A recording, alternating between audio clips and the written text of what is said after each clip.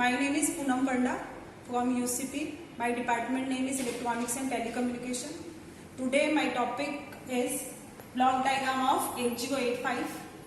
As we all know that 8085 is the first microprocessor introduced by the Intel company which works properly, and using that we can interface many input-output devices and also the memory to perform the proper task. So here in this block diagram, the main blocks are accumulator.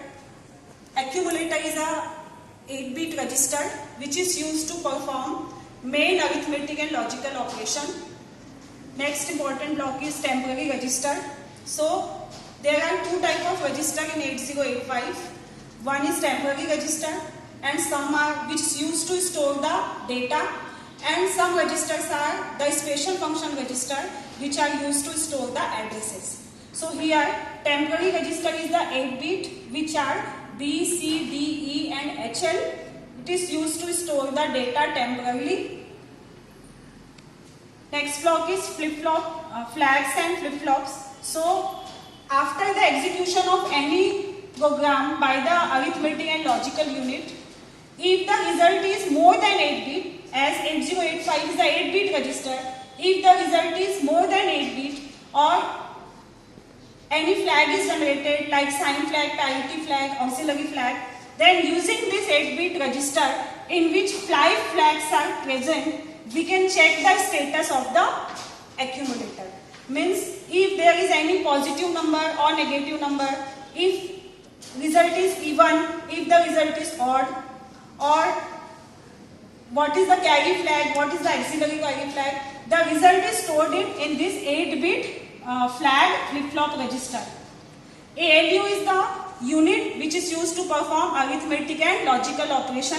Like if we want to add the 8-bit number, then that is the arithmetical operation.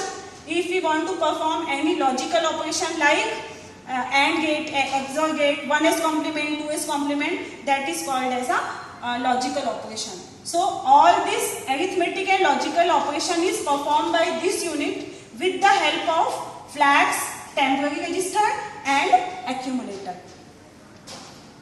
Then next block, instruction decoder and machine cycle.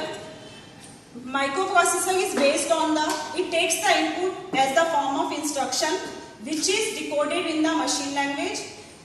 Basically assembly language and C language are used in our department to perform the task. So this decoder is used to convert the machine language into assembly language into machine language, and that converted data is transferred to the other blocks of the microprocessor.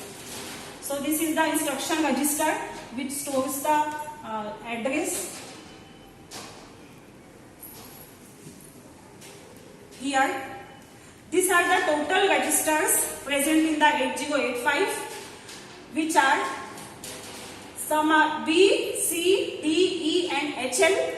All these 6 registers are 8-bit which is used to store the data temporarily. We can use to store the address also. For that we mostly use HL pair to store the address of 16-bit.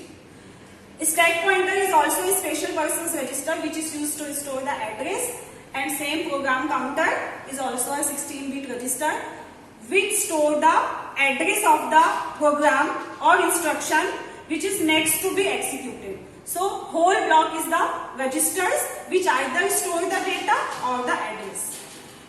Then for serial communication, means if we want to transfer the 1-bit data at a time, 2 pins are used, SID and SOD. SID stands for serial input data and SOD is the serial output data. So that is for the serial transmission, and these are all registers are used for parallel, means at 8-bit at a time. So other blocks are used for the timer or control of the other devices. For that specific pins are assigned, and in 8085 total 5 interrupts are there. Interrupts means if we want to interface any hardware or software, then using that block we can connect the devices. So basically 5 hardware interrupts are there. Using that pin we can interface any type of hardware with the microprocessor. So total these are the block diagram of 8085.